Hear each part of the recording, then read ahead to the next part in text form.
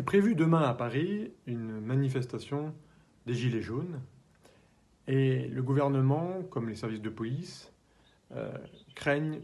que se reproduisent des violences extrêmes, des phénomènes de casse, comme on a pu le voir samedi dernier. Moi, j'aimerais inviter tous les Gilets jaunes, tous les Français raisonnables, à ne pas se mêler justement à ces actions violentes, à réfléchir peut-être avant de se rendre sur Paris. Certains gilets jaunes que je rencontre, notamment sur les barrages en province, dans ma circonscription, m'indiquent préfèrent rester sur le terrain et je pense que ces positions sont raisonnables.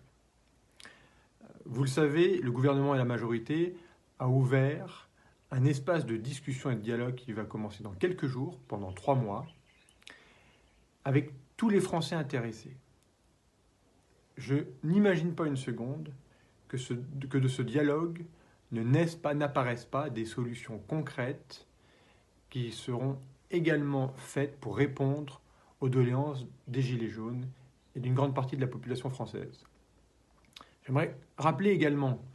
qu'en tant que député de la deuxième circonscription de l'Eure, au contact des Gilets jaunes sur le terrain, comme de leurs représentants encore non élus,